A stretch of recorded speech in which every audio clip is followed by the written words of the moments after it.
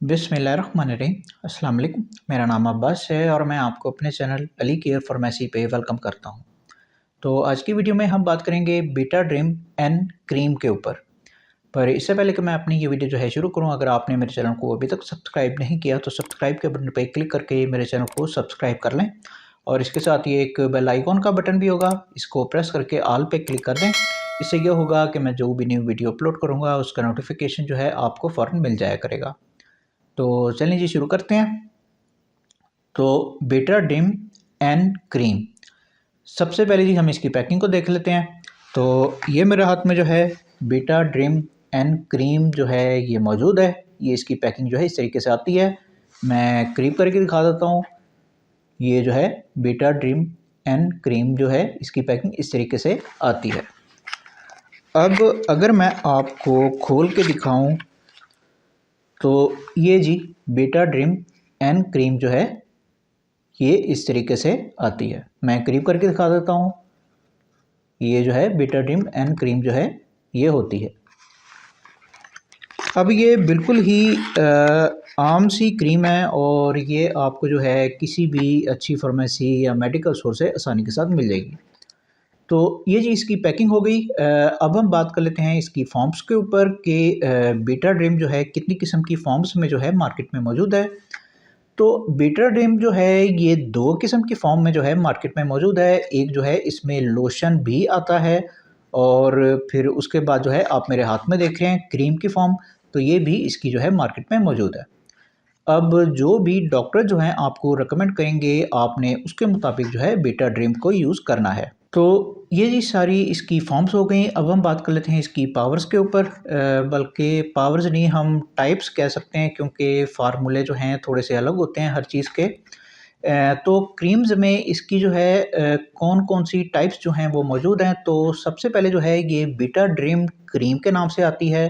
फिर उसके बाद बीटा ड्रीम ऑइंटमेंट के नाम से जो है ये भी जो है इसकी मार्केट में मौजूद है। और उसके बाद जो है फिर आप मेरे हाथ में देख रहे हैं बीटा ड्रीम एन क्रीम, ये भी इसकी जो है मार्केट में मौजूद है। और उसके बाद जो है बीटा ड्रीम एन ऑइंटमेंट जो है वो भी इसकी जो है मार्केट में मौजूद है।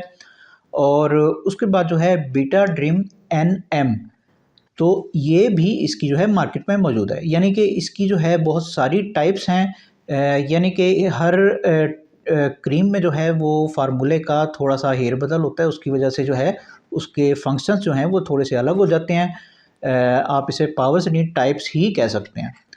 तो ये जी सारी इसकी पावर्स हो गई। अब हम बात कर लेते हैं इसकी ड्रग के ऊपर या फिर इसके फार्मूले के ऊपर, जो भी आप जो है अपनी आसानी के लिए कहते हैं।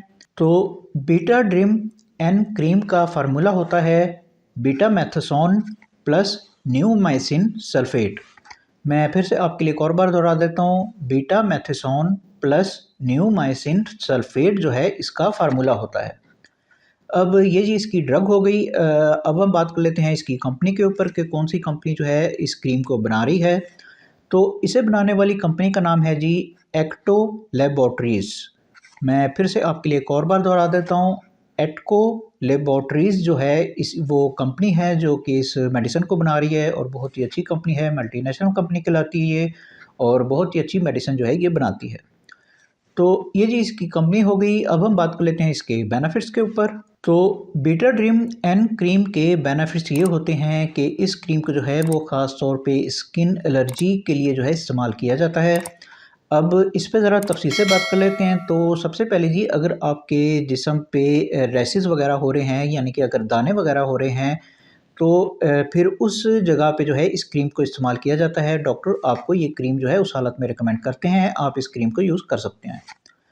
उसके बाद अगर आपको कोई फंगल इन्फेक्शन हो रहा है, जैसे कि जो लोग जो हैं यानी कि होटल्स पे बर्तन धोने का काम करते हैं या कई फीमेल्स जो हैं वो कपड़े धो रही होती हैं, तो उनके हाथों में यहाँ पे हाथों के बिल्कुल दरमियान में यहाँ पे उनके जो है फंगल इन्फेक्शन हो जाता है। तो बाज़ों का जो है उस हालत में भी डॉक्टर जो हैं आपको ये क्रीम जो है रिकमेंड करते हैं, आप इस क्रीम को यूज़ कर सकते हैं। उसके बाद अगर आपको जिस्म के किसी और हिस्से पे जो है फंगल इन्फेक्शन हो जाता है, यानी कि आपने कई मरतबा देखा होगा कि इस तरह से गोल दायरे की शक्ल में इस तरह से जो है दायरे बन जाते हैं और दायरों के दरमियान जो है दाने वगैरह हो रहे होते हैं।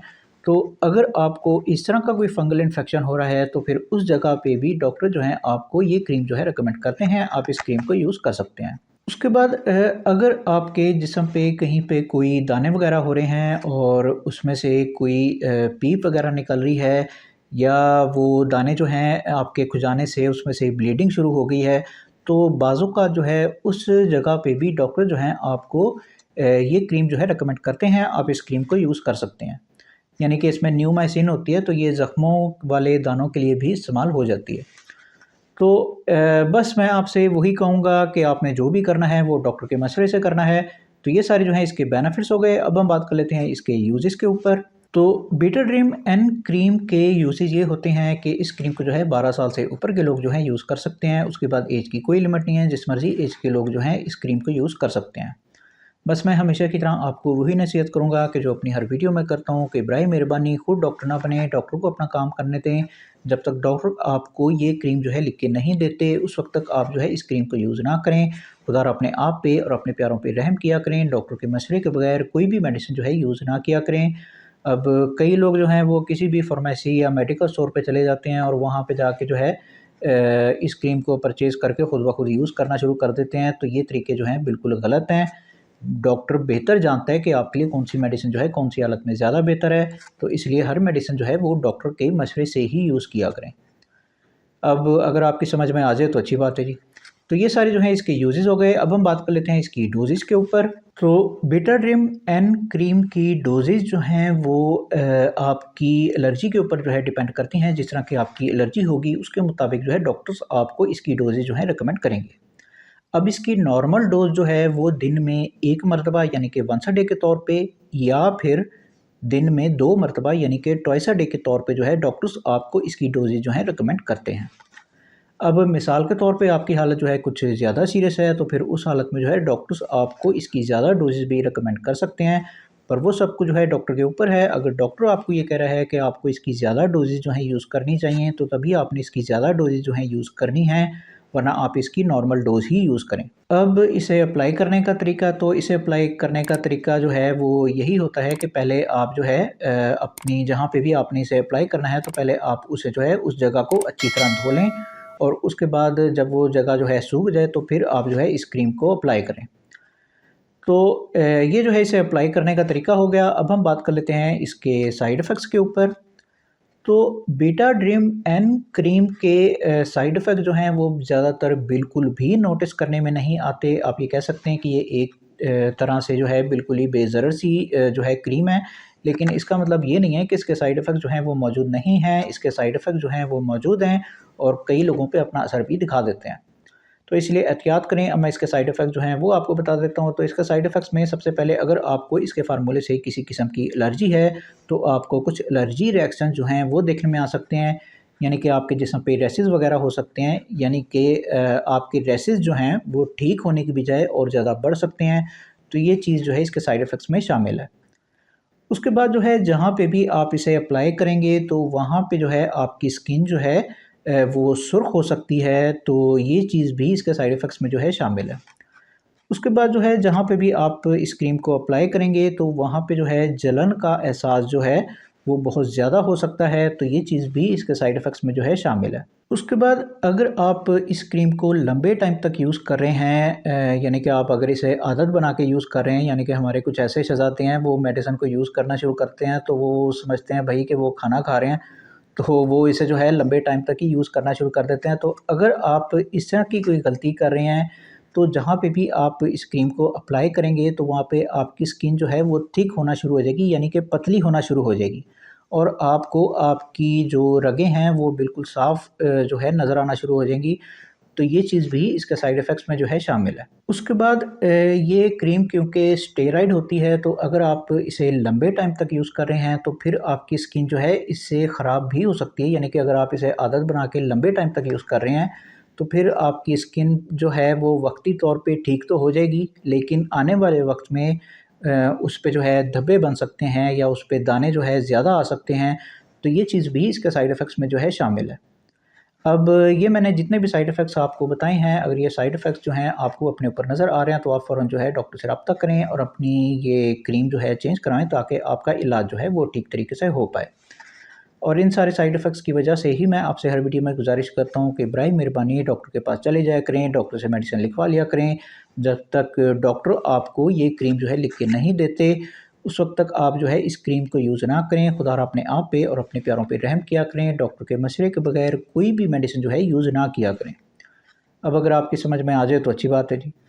तो ये सारे जो है इसके साइड इफ़ेक्ट्स हो गए। अब हम बात कर लेते हैं इसकी प्राइस के ऊपर कि मार्केट में आजकल इसकी कीमत जो है वो क्या चल रही है।